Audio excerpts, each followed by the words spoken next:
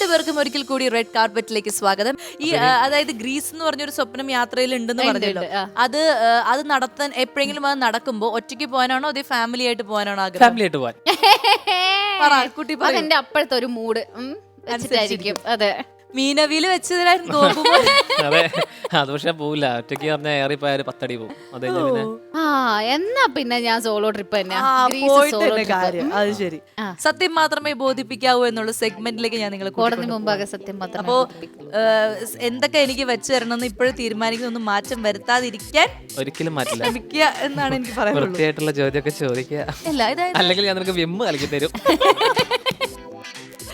അതായത് ചില ക്വസ്റ്റ്യൻസ് കേൾക്കുമ്പോൾ നമുക്ക് അയ്യോ ഇത് ഞാൻ പറഞ്ഞു കഴിഞ്ഞാൽ കുഴപ്പമാവോ എന്ന് തോന്നിയാലും നിങ്ങൾ സത്യം മാത്രമേ പറയാവൂ.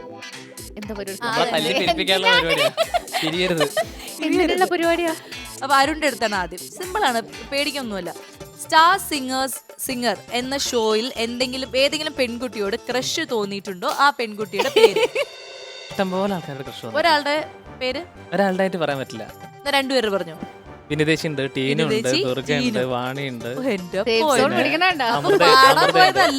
ഞങ്ങളെല്ലാരും ഭയങ്കര ക്ലോസ് എന്ന് പറഞ്ഞാൽ അത്രയും ക്ലോസ് ആയിട്ടായിരുന്നു നിന്നോണ്ടിരുന്നത്.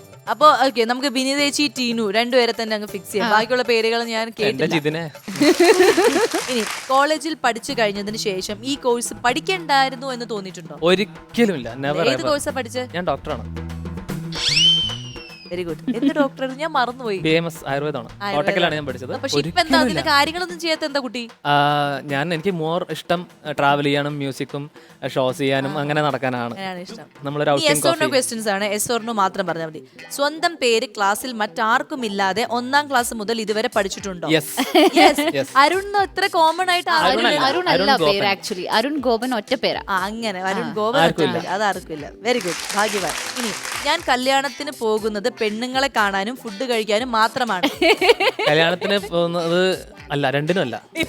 ഞങ്ങൾ കല്യാണത്തിന് പോവാറില്ല. കല്യാണത്തിന് ഒരു ഫ്രണ്ട്സുമായിട്ട് റൂമിൽ അടിച്ചു വിളിച്ചിട്ടാണ് ആ ഏരിയയിലേക്ക് വെറുതെ വിടും. മോനെ കണ്ടാ കണ്ടു. ഇനി നമുക്ക് അതായത് ഭാര്യ പുകഴ്ത്തിക്കൊണ്ട് രണ്ടുപേരും പാട്ടും കൂടി പാടിക്കും. അയ്യോ, പാട്ടേ ഉള്ളോ? വാലിട്ടു കണ്ണെഴുതി വെള്ളോട്ടു വളയണിഞ്ഞ് ഒരു നാൾ നീയൻ അന്തർജനമാകും.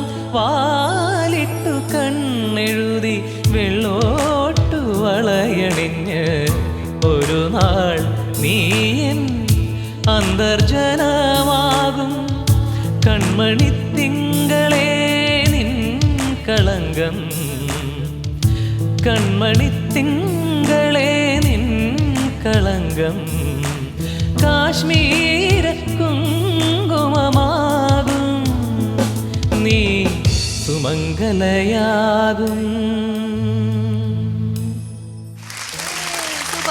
അടിപൊളിയായിരുന്നു. അപ്പൊ ഇനി അരുണിന്റെ എല്ലാ ക്വസ്റ്റ്യൻസും കഴിഞ്ഞു. ഇനി നമ്മൾ നേരെ ഭാര്യയിലേക്ക് പോകുകയാണ്. ഓക്കെ, അരുണിന്റെ കയ്യിൽ നിന്ന് കിട്ടിയ ഫസ്റ്റ് ഗിഫ്റ്റ് ബോഡി ഷോപ്പിന്റെ ഒരു ഗിഫ്റ്റ് ഹാമ്പർ. എന്റെ ബർത്ത്ഡേക്കാന്ന് തോന്നുന്നു. ഓക്കെ, ശരി. ഇനി ഒരു സൂപ്പർ പവർ ദൈവം അരുണിന് കൊടുക്കുകയാണെങ്കിൽ എന്ത് പവർ ആണ് അരുണിന് വേണ്ടി നിമ്മി ആവശ്യപ്പെടുക? സൂപ്പർ പവർ വേണം. സൂപ്പർ പവർ എന്ന് പറഞ്ഞാൽ അതായിരിക്കും ഭയങ്കര ഇഷ്ടം.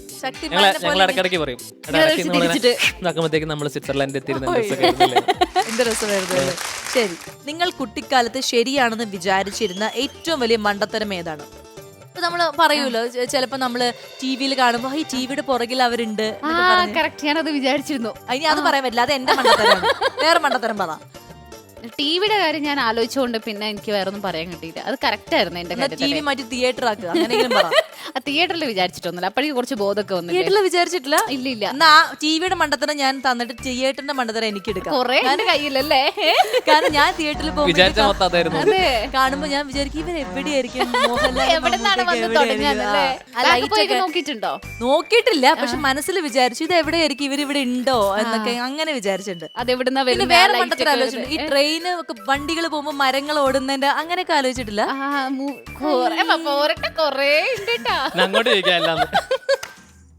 ശരിക്കും ഇതിൽ ആരം വണ്ടി. പിന്നെ നമ്മൾ ചന്ദ്രൻ പിറകെ ഓടുക, അതൊക്കെ ആലോചിച്ചിട്ടില്ല. അത് പോരട്ടെ. മഴയൊക്കെ പെയ്യുമ്പോ എവിടുന്ന വരുന്നൊക്കെ എത്തി നോക്കിയിട്ടുണ്ടോ? അത് നോക്കിയിട്ടില്ല. കൊറേ കിട്ടും. ഇനി yes or no questions ആണ്.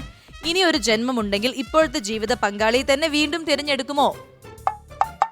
കഴിഞ്ഞ് ആലോചിച്ചാ കഴിഞ്ഞു. പെട്ടെന്ന് പറയണം, ആലോചിക്കാൻ പാടില്ല. അല്ല, ഇനി ഒരു ജന്മം ഉണ്ടെങ്കിൽ സെയിം എക്സ്പീരിയൻസ് അല്ലല്ലോ, നമുക്ക് വേറെ എന്തെങ്കിലും പുതിയ ഒരാള്. വെരി ഗുഡ്, വെരി പുതിയ ആളല്ല. അയ്യോ, എനിക്ക് അങ്ങനെ വേണ്ട. ആളാണെങ്കിൽ ഗോപു തന്നെ മതി. ബട്ട് എനിക്ക് ആൺകുട്ടി ആളിന്റെ കാര്യം ഞാൻ ഗോപുമായിട്ടും ഗോപു ഞാനുമായിട്ട് ആവാൻ താല്പര്യം. ഗോപുവിന് താല്പര്യമില്ലെങ്കിലോ? ഗോപുവിന് താല്പര്യമില്ല. എനിക്ക് ഞാനായിട്ടെന്നെ ജനിച്ചത്. ഇനി ഒരു ജന്മം ഉണ്ടെങ്കിൽ ഇതേ ലൈഫ് തന്നെ എനിക്ക്. കാരണം കുറെ കാര്യങ്ങള് വലുതാകുമ്പല്ലേ നമ്മൾ മനസ്സിലാക്കാം. പുറക്കെ ചെയ്തിരുന്നെങ്കിൽ ഇപ്പൊ കുറച്ചും കൂടി അപ്പം അത് മനസ്സിലാക്കി കിട്ടുവാണെങ്കിൽ ഇതേപോലെ തന്നെ കുറച്ചും കൂടി ഏർലി. ഇപ്പം സച്ചിനൊക്കെ 4ാമത്തെ വയസ്സിൽ തന്നെ പുള്ളിയുടെ കരിയർ മനസ്സിലായി, ഉറപ്പിച്ചിട്ടാണ് ലൈഫ് മുന്നോട്ട് പോകുന്നത്. നമ്മുടെ പ്രായത്തേക്ക് റിട്ടയർ ആയി. ഒന്ന് ആലോചിച്ച് നോക്ക്. അപ്പൊ നമ്മളൊക്കെ കുറച്ചും കൂടി റിയാലിറ്റി മനസ്സിലാക്കുന്നത് വൈകിപ്പോയി. അപ്പൊ അതൊക്കെ കുറച്ചും കൂടി മനസ്സിലാക്കി ആദ്യമേ കിട്ടിയാൽ കൊള്ളാമെന്നുണ്ട്. ശരി, നിങ്ങൾ തന്നെ അങ്ങോട്ടും ഇങ്ങോട്ടും ഭാര്യ ഭർത്താവും ആവട്ടെ. അതാണ്. അപ്പൊ എന്തായാലും നിങ്ങളുടെ റാപ്പിഡ് ഫയർ തീർന്നിരിക്കുകയാണ്. വളരെ ഗംഭീരമായിട്ട് നിങ്ങൾ അത് പൂർത്തീകരിച്ചു എന്നുള്ള സന്തോഷത്തിൽ ഞാൻ നിങ്ങൾക്ക് ഒരു സമ്മാനം കൂടി തരുന്നു. എന്താണ്? തരും, തന്നിരിക്കും. അല്ലെങ്കിൽ വേണ്ട, നിങ്ങൾക്ക് കുറച്ച് എണ്ണ ഞാൻ സമ്മാനം തരുന്നുള്ളൂ, പക്ഷെ ഞാൻ തരും. ശരി, ഇപ്പൊ കൊടുത്താൽ മതി. ഇപ്പൊ നമുക്ക് LED ഒരു സാധനം വരും. ആ സാധനം കാണുമ്പോൾ നിങ്ങൾക്ക് എന്നോട് കൂടുതൽ സ്നേഹം തോന്നും.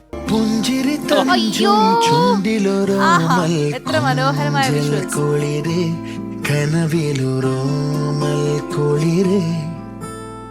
ഇന്നലെയോളം കേട്ടില്ല ഞാൻ ഈ പൂന്തേൻ ചിന്ത്. ആ ചാട്ടത്തിൽ എന്റെ കാല് പോയി. എനിക്കെന്തേ പ്രിയങ്കരി.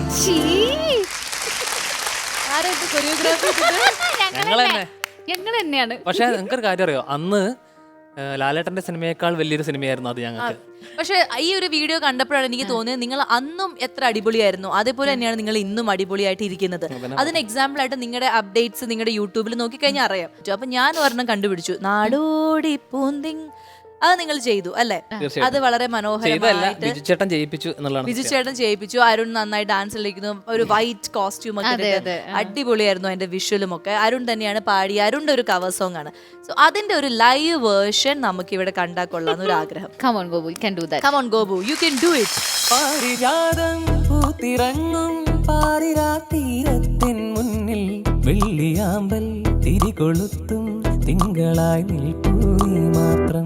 ആദ്യമായൻ കവിളിലേതോ കൂവളപ്പൂക്കൾ കണ്ടു നീ. രാഗതാരം നോക്കി നിൽക്കേ സ്നേഹമായി തൊട്ടു നിൻ കൈകൾ. നീ പാട്ടിൽ മുങ്ങി നീ